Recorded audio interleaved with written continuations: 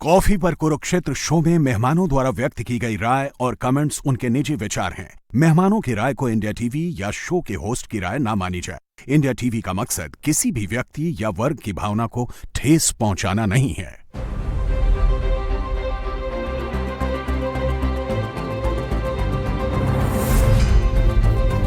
नमस्कार, बहुत बहुत स्वागत आप सभी का आपके प्रोग्राम कॉफी पर कुरुक्षेत्र में। मैं हूं सौरभ शर्मा, आपके साथ बातें खुलकर करते हैं, वो बताते हैं जो कोई और आपको नहीं बताता। आज हमारे साथ बड़ा जबरदस्त पैनल मेहमानों का है, आपको सीधे मिलवाता हूं। हमारे साथ मुफ्ती वजाहत कासमी जी हैं, बहुत स्वागत है मुफ्ती साहब आपका।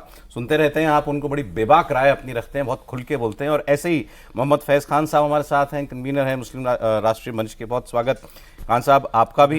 इनको कई लोग कहते हैं सरकारी मुसलमान, लेकिन ये हमारे फेवरेट मुसलमान हैं दोनों। नहीं सर, गलत तो नहीं? कहने वाले तो संघी भी कहते हैं, मुनाफिक भी कहते हैं, हिंदू हो गया है कहते हैं। हाँ। लेकिन हम हिंदुस्तानी है, पक्के हिंदुस्तानी मुसलमान। क्या बात है, क्या बात है।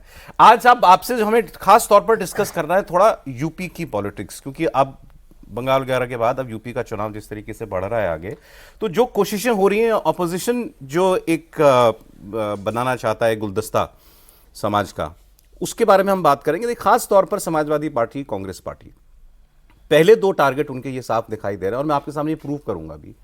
मुसलमान, दलित, एक सेक्शन ओबीसी का, ये हमको साथ लेकर के आना है, तो आप टक्कर दे सकते हो मोदी, योगी को, अमित शाह को, इनको आप टक्कर दे सकते हो।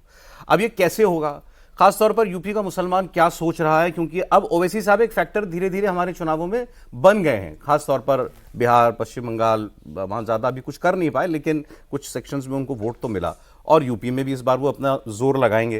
कुछ लोग केरला मॉडल को रिपीट करना चाह रहे हैं। उन्हीं की पार्टी के एक नेता का बयान है कि भाई केरला में अगर मुस्लिम लीग, इंडियन यूनियन मुस्लिम लीग अगर अपने 5 मंत्री, 23 विधायक बनवा सकती है, तो यूपी में एमआईएम क्यों नहीं बनवा सकती। तो ऐसा मुसलमान अपना जोर लगाएं इस बार कि 30, 40, 50 मुसलमान विधायक जीत करके जाएं एमआईएम के, और उनकी मर्जी के बगैर सरकार की ना बन पाए। तो ये भी एक ख्वाहिश है लोगों की।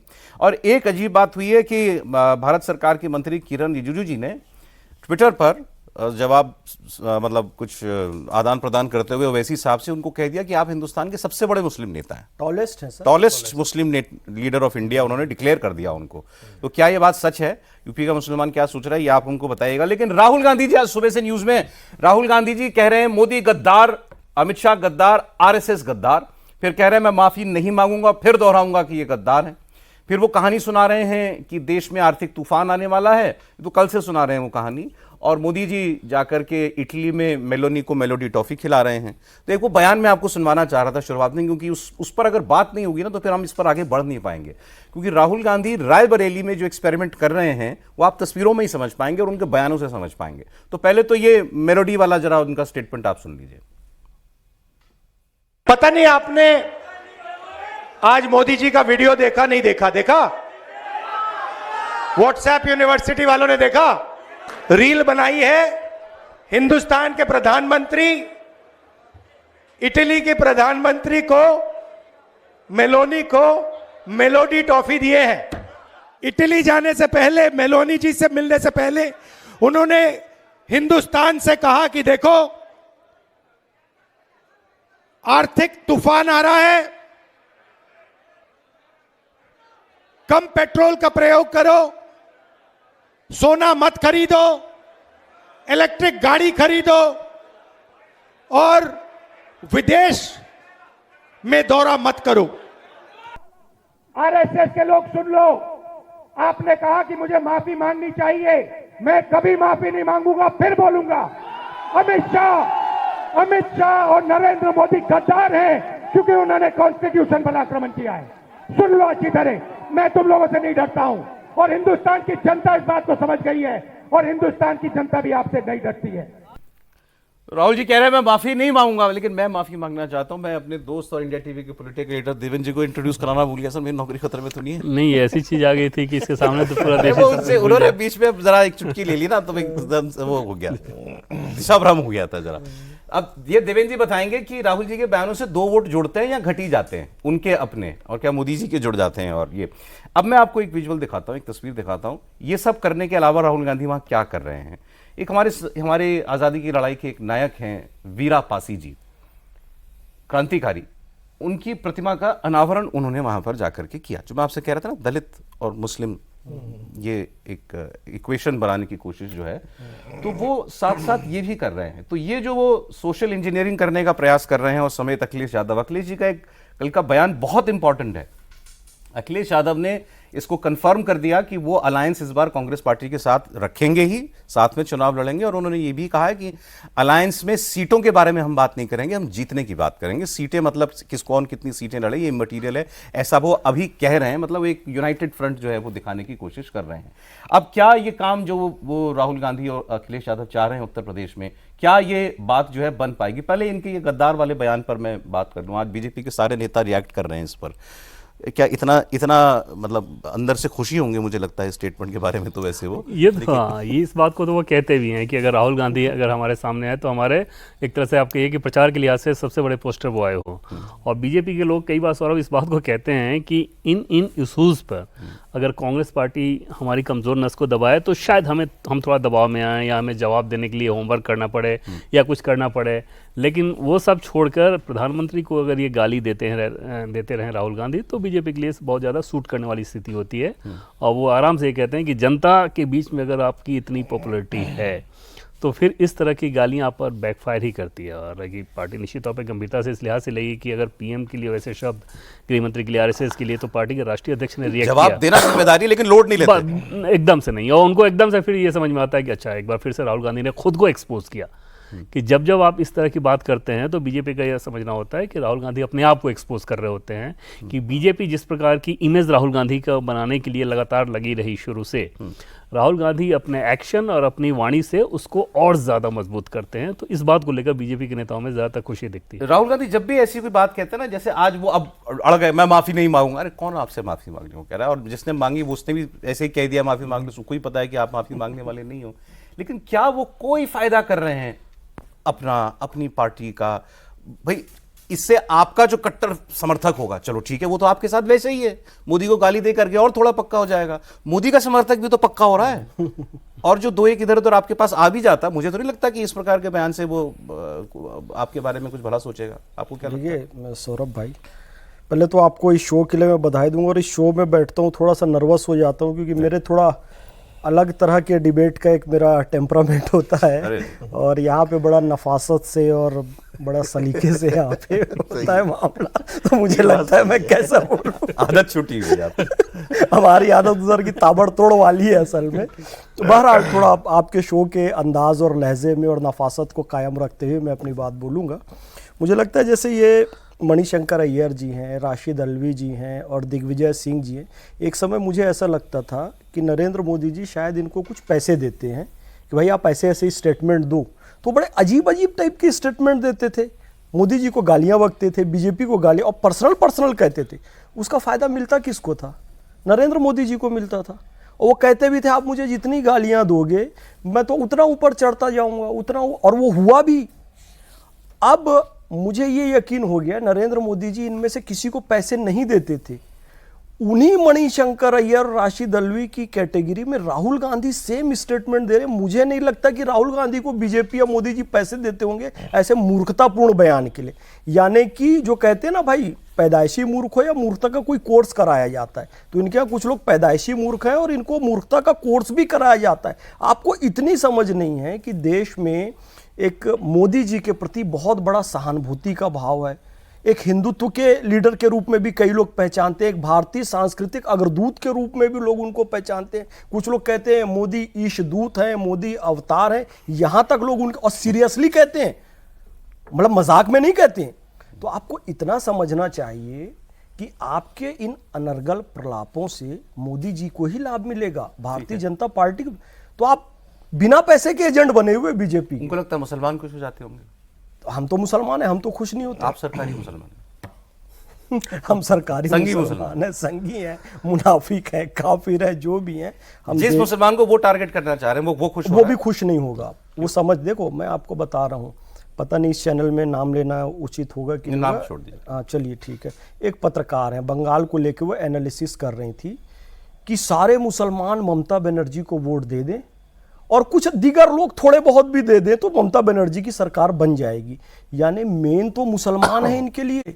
अभी मौलाना सज्जाद नोमानी का एक स्टेटमेंट मैं देख रहा था, जी लिंगायत हिंदू नहीं है, बौद्ध हिंदू नहीं है, जैन हिंदू नहीं है, आदिवासी हिंदू नहीं है, सिख हिंदू नहीं है, तो इनमें फ्रिक्शन डालकर मुसलमानों को चाहिए कि इनको अपने अंदर ले। यहाँ भी सेंटर में मुसलमान है, बंगाल में भी सेंटर में मुसलमान है, तो भैया मुसलमान को जहां ऑप्शन मिलेगा, मैं आपको बताऊं महाराष्ट्र में एक जिला है, मुझे वो जिले का नाम ध्यान नहीं आ रहा है, वहां इस्लाम पार्टी बनी। हाँ। उन लोगों ने किसी को मालेगांव वोट नहीं में, दिया, मालेगांव में उन्होंने ना कांग्रेस को वोट दिया, ना एनसीपी को वोट दिया, ना बहुत बढ़िया, आप इनको जिस जगह ले आए। एक तो ये सज्जाद नोमानी जी वाली बात भी मैं करना चाह रहा था। एक तो ये हैं कौन, मैंने तो थोड़ा बहुत गूगल करके जो निकाला टीम ने मुझे दिया है। सज्जाद नोमानी एक ये रहमान फाउंडेशन चलाते हैं, मुस्लिम मिरर नाम से कुछ चलाते हैं शायद पत्रिका, और ये all India Muslim personal law board के प्रवक्ता भी हैं, दारुल उलूम नदवातुल उलमा से जुड़े हुए हैं, दारुल उलूम देवबंद से भी जुड़े हुए हैं। ठीक है, मतलब जुड़े तो बड़ी बड़ी बॉडीज से हुए हैं ये। एक्चुअली ये भी एक प्रयोग चल रहा है, आपने पता नहीं वो वीडियो देखा कि नहीं देखा। ये कह रहे हैं एक इंटरव्यू में, जो बात आप कह रहे थे, इन्होंने हिंदुओं की आधी आबादी को ही कह दिया कि ये हिंदू नहीं है, एससी हिंदू नहीं है, एसटी हिंदू नहीं है, ओबीसी का एक बड़ा सेक्शन हिंदू नहीं है, जाट गुजर हिंदू नहीं है, जैन नहीं है, बौद्ध नहीं है, सिख हिंदू नहीं है। और मुसलमानों को और मुसलमानों की पार्टियों को कोशिश करनी चाहिए इनको अपने साथ लाने की। यही एक तरीका है, उन्होंने कहा, जिससे आप मोदी को हरा सकते हो। एक ये प्रयोग चल रहा है। दूसरा जो इन्होंने बात कही, जिसमें ओवैसी साहब आते हैं, फिट होते हैं, क्या मुसलमान इस मूड में आ गया है कि मुसलमान को ही वोट देगा, मतलब मुस्लिम कैंडिडेट को ही वोट देगा? देखिए सौरभ भाई, ऐसा तो नहीं है कि मुसलमान को वोट देगा। हर स्टेट की स्थिति अलग अलग रही है, लेकिन इसमें भी कोई शक नहीं कि ओवैसी आज के टाइम में एक मुस्लिमों के लिए एक अच्छे लीडर हैं, वो मुस्लिमों की बात कर रहे हैं और वोट भी तकरीबन उनका बढ़ता जा रहा है, तकरीबन देखा है। सज्जाद नोमानी साहब की जो बात है, सज्जाद नोमानी साहब जितनी बॉडीज के साथ काम कर रहे हैं, उनमें से एक बॉडी है बावन विश्राम करके, एक दलितों के साथ काम करने वाली, दलितों के साथ काम कर रहे हो। और ये देखिए, इस सोच को आप दूसरी जगह एक जगह कनेक्ट कीजिए, धर्मांतरण पर करिए। धर्मांतरण में भी हमेशा टारगेट दलित रहा, चाहे वो क्रिश्चियन मिशनरी हो और चाहे वो मुस्लिम लोग हो। तो वो धर्मांतरण हो या राजनीति हो, दलित को ही अपना मश्क का अड्डा बनाएंगे। तो वो उन्होंने दिल की बात कही। वो 15-20 साल से जुड़े हैं, काफी दिन से जुड़े हैं।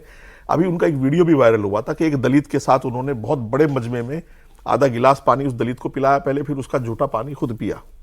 अच्छा, जबकि वो एक आलिम है, आलिम का अंदाज ये सब नहीं होता, इस तरह की बातें।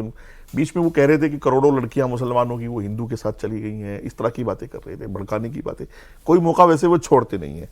बहरहाल मैं उनको याद दिला दूं कि जब यहां मर्दमशुमारी इस देश में होती है तो पाकिस्तान बांग्लादेश से अलग हटके होती है। इस देश में 100 करोड़ से ज्यादा सनातन के लोग हैं और उसमें जात बिरादरी, दलित, ठाकुर, पंडित सब अलग करके वो सनातनी है सब। उनको इस बात का ख्याल करना चाहिए। और धर्मांतरण की जो मैं अभी कह रहा था, आप उड़ीसा की खाड़ी में, बंगाल की खाड़ी में जब बात करेंगे जाकर के, मैं तो खुद देख करके आया हूं, या इधर उदयपुर से आगे थोड़ा बढ़ेंगे राजस्थान में, या पंजाब में जाएंगे जी, तो जितना काम मिशनरी ने किया है, ईसाइयों ने या मौलानाओं ने किया है धर्मांतरण का, वो सब मैं ये इसलिए कह रहा हूं ताकि मेरे दलित भाइयों को ये पता चले कि वो आपको कहां गिन रहे हैं। राजनीतिक, अच्छा ये कैसे कह दिया सज्जाद साहब ने? राजनीतिक लीडर उनके पास स्टेट में, रामविलास पासवान बिहार में थे, मायावती जी यूपी में थी, और उधर वहां महाराष्ट्र में हर स्टेट में दलितों के पास। नाम भी किस पार्टी का लिया जब कहा ना कि ये मुस्लिम पार्टियों को ये करना चाहिए कि इनको अपने साथ लाएं, उन्होंने एसडीपीआई का नाम लिया। एसडीपीआई वो दरअसल पीएफआई की जो पीएफआई का पॉलिटिकल विंग है, पीएफआई बैन है। हाँ, पीएफआई बैन है और एसडीपीआई भी बैन होना चाहिए। चूंकि एसडीपीआई पीएफआई जो है, ये दोनों अगर आप देखें, थोड़ा सा और पीछे जाएंगे, बैकग्राउंड देखेंगे, तो ये दोनों सीमी की औलाद है, जो सीमी जमात इस्लामी ने कभी पैदा की थी। ये उसकी, यानी इन्होंने क्या किया, नाम चेंज किया, फिक्र। आप इस बात को कंफर्म कर रहे हैं कि ये एक सीरियस प्रयास चल रहा है देश के अंदर कि इस पर बहुत काम हो चुका है। Marginalised sections of Hindu society को उसको अलग करने का कंफर्म नहीं कर रहा हूं सौरभ भाई, मैं ये बताने का प्रयास कर रहा हूं ताकि मेरे दलित भाई भी सुन सके कि इस पर बहुत काम हो चुका है। लाखों लाख दलित जो है वो मजहब चेंज कर चुके हैं और आपको इसकी झलक भी कहीं कहीं मिलती है, ऐसा नहीं है कि नहीं मिलती है। ठीक है, और ये इस पर फंडिंग भी करते हैं, इनके पास किसी चीज की कोई कमी नहीं है। तो ये तो वो काम कर रहे हैं, ये तो मतलब मुस्लिम रेडिकल्स ये उनकी साथ कोशिश में है, दलित वो मुस्लिम पार्टियों को उसमें शामिल कर रहे हैं। अब मैं आता हूं मेन स्ट्रीम पॉलिटिकल पार्टीज की मैं बात करता हूं। जैसे एक बार मैं जरा, क्योंकि अभी दलित वाली बात रह गई थी, जैसे आपने भी जोड़ा, मैं उसको इसी में एक ही लाइन बस जोड़ रहा हूँ। एक स्टेटमेंट आया था, हमने अपनी आइडियोलॉजी चेंज नहीं की है, हमने अपनी स्ट्रेटजी बदली है। कभी ये सर्च करके देखना किसने बोला था। पत्रकार ने बोला था, बस मैं नाम नहीं लूंगा, ये सब उसी के अंतर्गत चल रहा है जी। अब ये जो राहुल गांधी यहाँ अभी आपने देखा कि वो वीरा पासी जी की उन्होंने मूर्ति का अनावरण किया। आज दिन में एक और घटना हुई थी। राहुल गांधी की पार्टी के एक सांसद तनुज पुनिया, पील पुनिया के बेटे, और उनके साथ एक राजकुमार गौतम, वो आम आदमी पार्टी से गए हुए हैं, दलित समाज से आते हैं वो, ये मायावती के घर चले गए।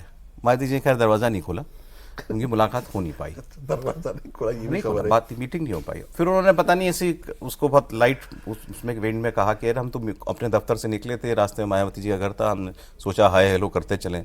मायावती जी अपॉइंटमेंट में ना मिलें किसी से और आप हाय हेलो करने चले गए थे, तो ऐसे तो नहीं होता। राजनीति कैसे होती है मायावती के बारे में सबको समझ में आता है। पूरे देश को तो पता ये है। क्या है, ये प्रयास निश्चित तौर पर उन लोगों को ये सूट करेगा ना कि और कांग्रेस पार्टी की तो लगातार ये कोशिश रहेगी कि कांग्रेस पार्टी, सपा, बसपा सब एक अम्ब्रेला के तहत आएँ। उत्तर प्रदेश के इलेक्शन के लिहाज से पहले अगर बात करें तो और एक अम्ब्रेला के तहत ही आएंगे, तो उनको ये लगेगा कि वो फिर बीजेपी को ज़्यादा गंभीर चुनौती दे सकते हैं। हालांकि 2019 के लोकसभा चुनाव के हिसाब से देखें तो वो साथ आने के बावजूद कोई बीजेपी को बहुत ज़्यादा फर्क नहीं पड़ा था, लेकिन वो एक बड़ा बुके ज़रूर बन जाता है कि अगर मुस्लिम यादव समाजवादी पार्टी के साथ हैं, मायावती के आने के साथ 10-12% वोट तो उनका लगभग माना ही जाता है कि उनके हिसाब से वो मूव करते रहता है, कितनी भी ख़राब स्थिति में हो तो उस लिहाज से उनको रीच आउट करने की कोशिश। लेकिन जो इंडिकेशन मिल रहा है उससे दूर दूर तक इसकी कोई संभावना नहीं है कि मायावती अखिलेश यादव के साथ और उस तरह के बुके में जाएंगी। वो बिल्कुल, मतलब उनसे जुड़े हुए जितने लोग हैं उनसे को अगर टटोलने की कोशिश कीजिए तो एकदम दो टुक शब्दों में मना करते हैं कि ये तो बिल्कुल नहीं होने जा रहा है, कि बहन जी की उस तरह की कोई बिल्कुल भी सोच नहीं है। थोड़े दिन बाद बीएसपी बहुत ज़्यादा एग्रेसिवली नज़र आएगी और अपना इलेक्शन अपने हिसाब से लड़ेगी, लेकिन समाजवादी पार्टी के साथ चली जाए या कांग्रेस के साथ चली जाए, इस अलायंस में ये चली नहीं जाए, होगा। इसका कोई सवाल नहीं। हाँ। अब ये क्यों रिजिजू साहब ने, ठीक है वो कुछ जवाब ही दे रहे थे ओवैसी जी को, लेकिन ये कहना कि आप you are the tallest Muslim leader in India because you speak about Muslims and Congress has now become Muslim लीगी पार्टी, कांग्रेस को नीचा दिखाने के लिए ओवैसी जी को सबसे बड़ा नेता हाँ, बता सौरभ, दिया। उसमें देखिए बीजेपी के लिहाज से चैलेंज कांग्रेस पार्टी है, वो असदुद्दीन ओवैसी नहीं। ओवैसी तो कई मामले में बीजेपी के लिए मददगार ही हो जाएंगे, तो उनको कांग्रेस पार्टी को ओवैसी के कलर में रंगना है कि वो दिखाएं कि भाई ये इस तरह की पॉइंट चीज़ है। और उस काम को उन्होंने करने की कोशिश की, और ये करने की वजह इस लिहाज से थी कि उसके पहले रिजिजू ने जो बयान एक प्रोग्राम को संबोधित करते हुए उन्होंने जो कहा था, लेकिन उसमें उनके पूरे स्टेटमेंट को देखें तो कहीं से ऐसा कुछ नहीं था कि वो लग रहा हो कि मुस्लिम या ओवैसी को प्रोवोक कर रहा हूँ, बिल्कुल नहीं। वो बहुत एक्सप्लेन करते हुए बहुत अच्छा उस चीज़ को बता रहे थे कि क्या स्थिति है। वो इनफैक्ट उसमें लाइन का थ्रस्ट यही था कि किसी को माइनॉरिटी कहकर आप डराइए मत। 52 से 53 हज़ार ही अगर सिर्फ पारसी हैं, और देश में सिर्फ हिंदू और पारसी ऐसे हैं जिनकी आबादी घट रही है, और बाकी जो जितने हैं उनकी आबादी बढ़ रही है, प्लस मुस्लिम आबादी जितनी है उस आबादी के हिसाब से विश्व का छठा बड़ा देश हो जाएगा। इतनी बड़ी आबादी, तो उसको माइनॉरिटी कहकर आप डराएं नहीं।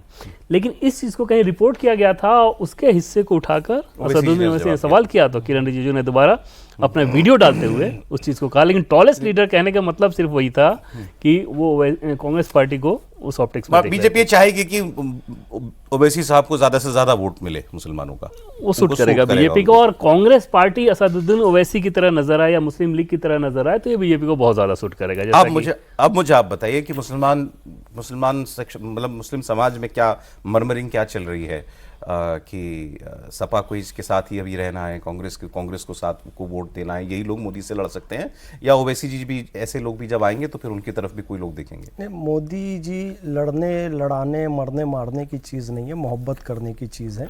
ये बात अब मुसलमानों को समझ में आ रही है।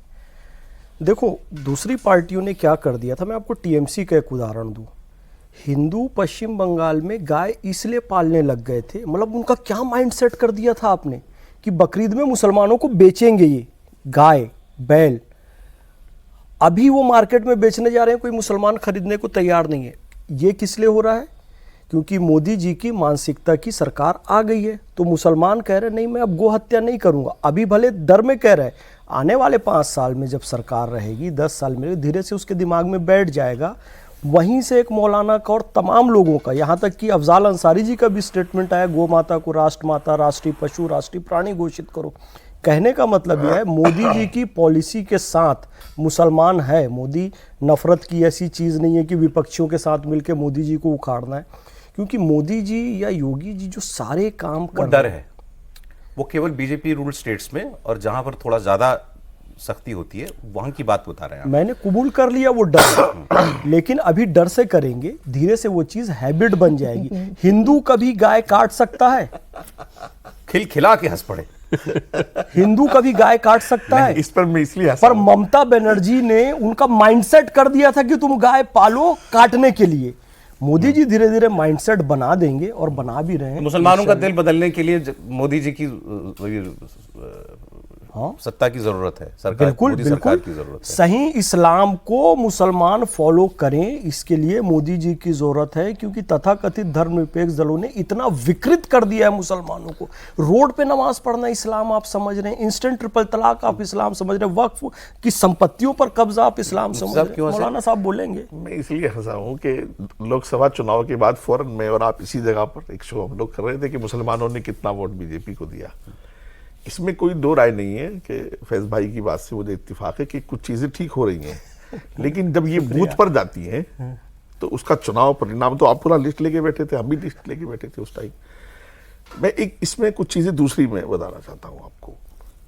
मुसलमानों को सरकारों ने, चाहे वो यूपी में समाजवादी बसपा की सरकारें या टीएमसी की सरकारें रही हो बंगाल में, इस चीज का आदी बनाया गया था कि कानून को फॉलो नहीं करना कोई बात नहीं, आप मालिक हो, यस, आप माफिया हो, आप क्राइम हो, जमीन कब्जा करो, गोली चलाओ, अतीक बनो, शहाबुद्दीन बनो, मुख्तार बनो। अब क्या हुआ?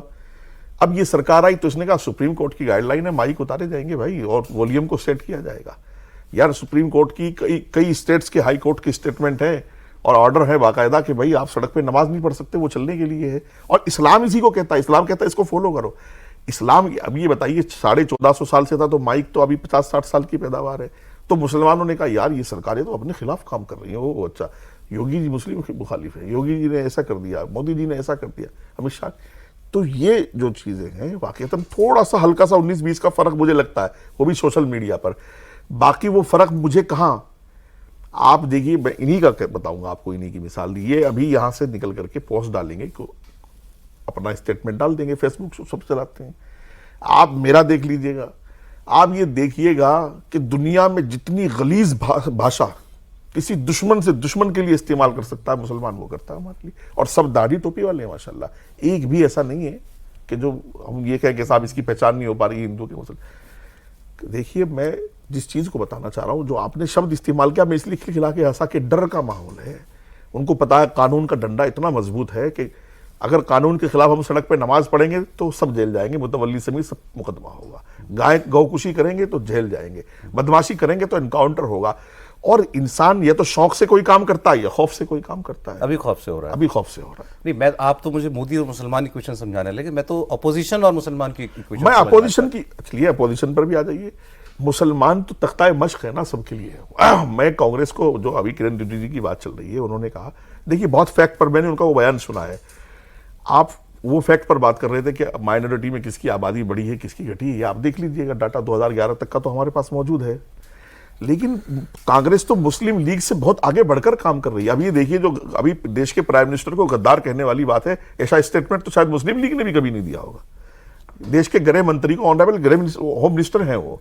आप देश का इतना बड़ा गैर सरकारी संगठन जो पूरी देश में सेवा के लिए, राष्ट्रवाद के लिए जाना जाता है, आरएसएस, इसका मतलब ये कि आप फितना चाहते हैं और एक 10-5 करोड़ मुसलमानों को या कुछ खास लोगों को आप जो है एक बड़े तबके के साथ उकसा रहे हैं कि मैं गद्दार कह रहा हूं तो तुम भी खड़े होकर के बाहर गद्दार कहो और लड़ो इनसे। तो मुस्लिम लीग से क्या कुछ कम है? और मुस्लिम लीग का हशर क्या हुआ? और इस देश के 20 करोड़ 15 करोड़ मुसलमानों ने क्या किया? वो कांग्रेस को। और राहुल गांधी तो एक ऐसे प्राणी है कि उनको अपने आप से फायदा नहीं हो सकता, तो कांग्रेस को कहां से होगा? नहीं, बट मुसलमान उनके साथ रहेंगे ना। क्यों रहेंगे? अखिलेश के साथ कहां रहेंगे, रहेंगे? उनके साथ रहेंगे। हाँ, अखिलेश के साथ यूपी में मुसलमान है, लेकिन कांग्रेस का मुसलमान बहुत तेजी से बंगाल में, आसाम में, मैंने खुद नोट किया है कि जहां कांग्रेस को 50,000 वोट मिलते थे, वह बंटवारा हुआ, 10,000 ओवैसी को मिले और 40,000 कांग्रेस को। तो कहीं ना कहीं मुसलमान कांग्रेस का ओवैसी की तरफ जाएगा और इसमें कोई शक नहीं है। कि कुछ भी हो ओवैसी की तरफ मुसलमान जा रहा है और कोशिश कर रहा है जाने की, ऐसा नहीं है, ये बिल्कुल फैक्ट है। विपक्ष और हाँ जी बोलिए बोलिए। और दूसरी बात ये है, अखिलेश जो है, अभी यूपी में 27 की बात हम लोग कर रहे हैं, अखिलेश जो है योगी जी की बातें भी मुसलमान कर रहा है, ऐसा नहीं, सोशल मीडिया पे कर रहा है, लेकिन बूथ पे हम लोग बैठेंगे फिर अगले दिन दोबारा, कोई दिक्कत नहीं है। योगी जी एक ऐसे चीफ मिनिस्टर हैं कि उनका ये कांग्रेस, आप कह रहे मायावती आएगी नहीं आएगी, वो तो बात की बात है, कोई मुकाबला लॉ एंड ऑर्डर में, कोई मुकाबला सुरक्षा में, कोई मुकाबला कानून को फॉलो करने में, देश में सुरक्षा प्रदेश में सुरक्षा देने में है नहीं है। इसलिए मजबूरी है, मुसलमान कह तो रहा है कि सुरक्षा दे रहे हैं, मुसलमान कह तो रहा कि अमन है, चोरी डकैती नहीं हो रही है, वोट नहीं देगा बीजेपी को, देखिए वोट अखिलेश को दे देगा। लब्बो लुआब इतना है इनकी बात का भी और मेरी बात का भी। विपक्ष और मुसलमानों का प्रश्न आप कर रहे हैं, मुसलमान विपक्ष की इन पार्टियों के साथ तब तक ही है, चाहे समाजवादी हो, तृणमूल कांग्रेस हो या राष्ट्रीय जनता दल, तब तक है जब तक कोई मुस्लिम विकल्प मिल नहीं जाता, वो ढूंढा जा रहा है। हाँ वो ढूंढा। और जो नोमानी का स्टेटमेंट और जो केरला का और वो जो बंगाल में जो इस पत्रकार ने जो बात कही थी, वो सब इसी का ही तो प्रतिरूप है। इसमें जैसे ही मुस्लिम ऑप्शन मिलेगा वो तथाकथित धर्मनिरपेक्ष मुस्लिम ऑप्शन का मतलब क्या? मुस्लिम पार्टी, मुस्लिम विचार। हमने अपनी आइडियोलॉजी नहीं चेंज की, हम इस्लामिक राष्ट्र बनाएंगे सर, हमने केवल अपनी स्ट्रेटेजी बदली है, दलितों को भी साथ ले लेंगे तुम हमारे भाइयों करके, जो जिन्ना ने किया था, जो इकबाल ने किया था। तो आइडियोलॉजी नहीं चेंज है, स्ट्रेटेजी चेंज है। स्ट्रेटेजी भी पुरानी वाली लेकर आए हैं, जिन्ना वाली की, कुछ दलितों को साथ। इसमें ना थोड़ा सा एक बात और ऐड कर लीजिएगा, जो बात आपने कही कि मुसलमान हर हाल में योगी और बीजेपी को हराने के लिए वोट करेगा। अभी मैं देख रहा हूं 2-4 जिलों में, सहारनपुर, मुजफ्फरनगर में चंद्रशेखर, वो भीम आर्मी उसने बनाई थी, इतनी दीवानगी के साथ मुसलमान लगा हुआ है कि साहब यहाँ बीजेपी के एमएलए को और बीजेपी के एमपी को ये हरा सकता है। अब वो नेता हो गया 2-4 जिलों वो टारगेट क्लियर है, बीजेपी को हराना है किसी भी सूरत में। अपने विकास से, अपनी तालीम से, किसी चीज से कोई मतलब नहीं है, और अभी भी है। अब अगले चुनाव में क्या होगा मुझे नहीं पता, लेकिन असम और बिहार ने तो कुछ और बताया। मतलब कोशिश जो भी हो, लेकिन मुस्लिम वोट का जो एक मतलब वो वीटो का आप कह लें तो वो तो खत्म हुआ। हाँ, ये बीजेपी के दौर की पॉलिटिक्स ने उसी काम को किया। और पहले से अगर मुस्लिम के हिसाब से आप देखें तो इसे माइनॉरिटी होने के बावजूद, मतलब संख्या में माइनॉरिटी के लिहाज से आप कह लें, लेकिन क्या अधिकार में आप माइनॉरिटी थे? देश में इनफैक्ट बहुसंख्यक आबादी को जो अधिकार मिला है उससे ज़्यादा मिला है माइनॉरिटी को। आप जैसे न सिर्फ आप अपने धर्म का पालन कर सकते हैं, बल्कि आप प्रोपेगेट भी कर सकते हैं, आप अपने हिसाब से इंस्टीट्यूशन बना सकते हैं, उसमें रिजर्वेशन अपने कर सकते हैं, अपने सिविल लॉ अब तक आप अपने लागू कर सकते हैं। तो हर चीज़ में आप देखिए तो आपको प्रिविलेज दिया गया है। लेकिन अपोजिशन ने उसको बहुत, कांग्रेस पार्टी आप कहें कि बहुत चतुराई के साथ अपीजमेंट पॉलिटिक्स करके इधर कास्ट में थोड़ा सा बांटा, एक बुके बनाया और जीत का फॉर्मूला बना दिया। नरेंद्र मोदी के दौर की बीजेपी ने उसी चीज़ को लगातार चैलेंज किया। उनके पॉलिटिक्स को देखें, बीजेपी की पॉलिटिक्स को, तो मुस्लिम लाइन पे एकदम जाती नहीं, इस लिहाज से कि उनको पता है कि यहाँ पे वोट नहीं मिलना है। लेकिन गवर्नेंस में आपको किसी भी लेवल पर फर्क नहीं। आपको 2024 की लोकसभा से पहले याद होगा कि पीएम ने इंडोर मीटिंग में कहा था कि मुस्लिम वोट करें या ना करें फर्क नहीं पड़ता, सरकारी योजना उनके दरवाजे तक जानी चाहिए। इस पर तो हम लोग डिस्कस कर चुके हैं। जी जी, आज एक्चुअली बहुत अच्छी बातचीत चल रही थी, लेकिन समय इतना ही था।